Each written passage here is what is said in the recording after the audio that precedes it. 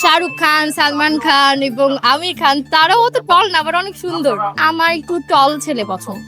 মানে আল্লাহ তাআলা সৃষ্টি সকলেই সুন্দর, আলহামদুলিল্লাহ। আল্লাহ তাআলা যে ওয়েতেই সুন্দর বানায়।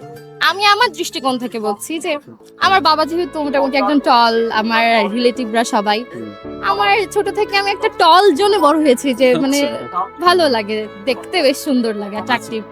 তবে অনেক ছেলে আছে যেমন শাহরুখ খান, সালমান খান এবং আমির খান, তারাও তো টল না, আবার অনেক সুন্দর। আচ্ছা, সবাই সুন্দর, আল্লাহ সৃষ্টি সকলেই সুন্দর। কি নাম আপনার? আমার নাম ঐশী। ঐশী। কি করা হয়? আমি ঢাকা ইউনিভার্সিটিতে 4th ইয়ারে আছি, Islamic history and culture. Future plan কি মূলত ওভারঅল?